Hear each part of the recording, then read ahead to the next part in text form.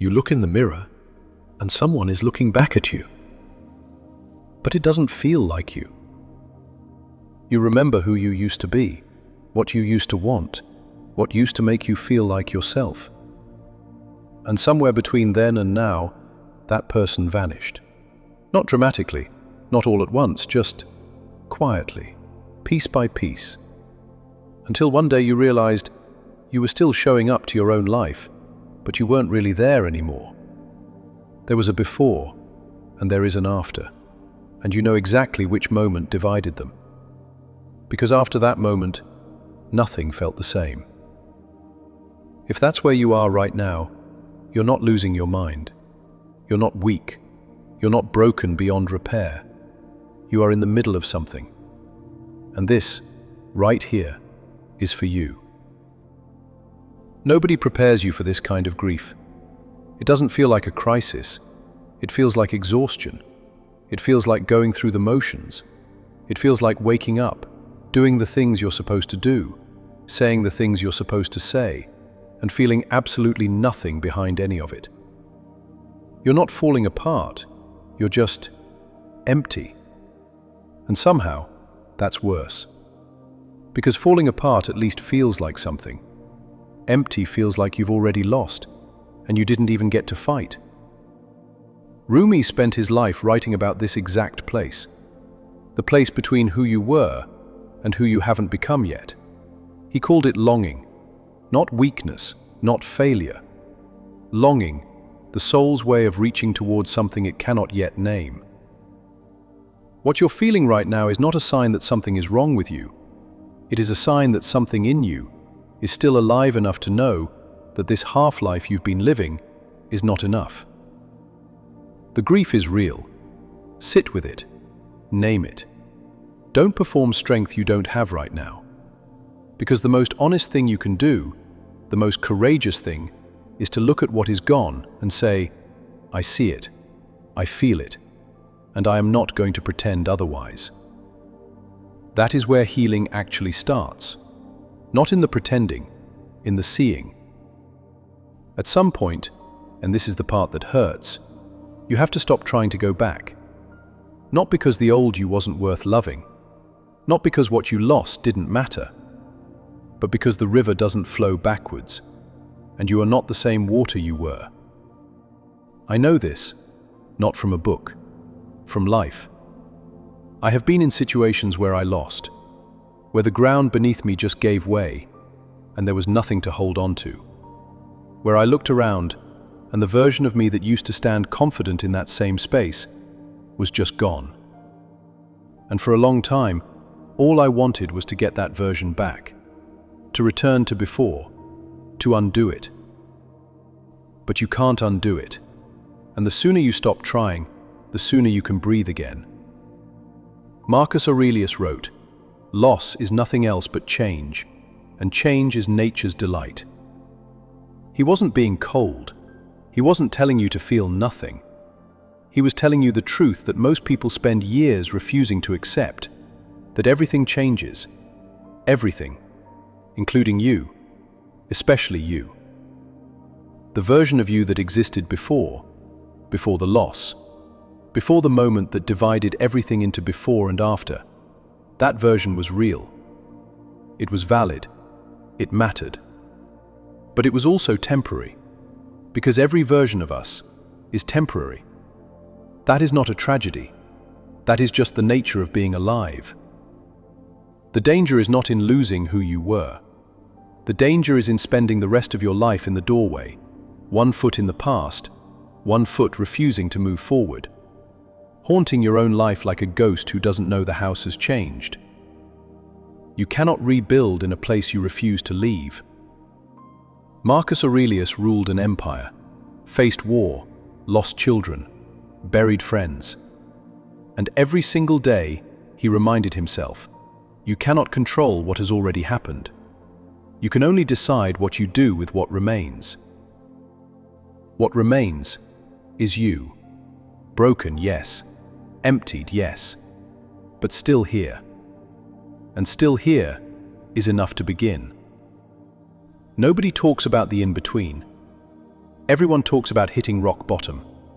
Everyone talks about the comeback, the glow-up, the transformation, the moment you rose, but nobody talks about the space in the middle. The place where you are no longer who you were, but you are not yet who you are becoming. The place where you wake up and you don't know what you're building toward. You don't know what you want anymore. You don't know what fits, what matters, who you even are, without the identity you lost. That place has a name. It's called becoming. But when you're in it, it doesn't feel like becoming. It feels like drowning in slow motion. And this is the moment that breaks people who survive everything else. They panic. They grab onto anything that feels familiar, even if it's what broke them. They go back to people who hurt them, back to habits that numbed them, back to versions of themselves that were never really them to begin with. Just because familiar feels safer than unknown. Epictetus said, "Make the best use of what is in your power, and take the rest as it happens." Not as a passive surrender, as a radical act of trust. Trust that the in-between is not a dead end. It is a corridor. And corridors exist for one reason, to lead you somewhere. You are not stuck. You are in transition. And transition is uncomfortable because it is supposed to be. You cannot grow inside comfort. You cannot be remade without first being undone. The caterpillar does not become a butterfly by staying comfortable inside the cocoon. It dissolves completely into something unrecognizable. And then, only then, something new has room to form. You are in the dissolving, and that is not the end of your story. That is the most important chapter of it.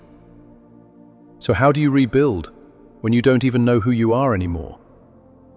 You don't start with the big picture. You don't start with the 5-year plan or the vision board or the list of everything you want your life to look like. You start smaller than that, much smaller. You start with today. Marcus Aurelius, the most powerful man in the world at his time, did not begin each day thinking about his legacy. He began each day thinking about his next right action. Just one, just now. He wrote, "Confine yourself to the present, not because the future doesn't matter, but because the future is built from presents, stacked one on top of another. And the only one you can touch is this one." This is how you rebuild. Not in one dramatic moment of transformation, not in a single decision that changes everything, but in the quiet, unglamorous, daily choice to keep going, to get up when you don't want to do the small thing in front of you, even when it feels meaningless, to show up for yourself, even when no one else does. Rumi wrote, "Live where you fear to live.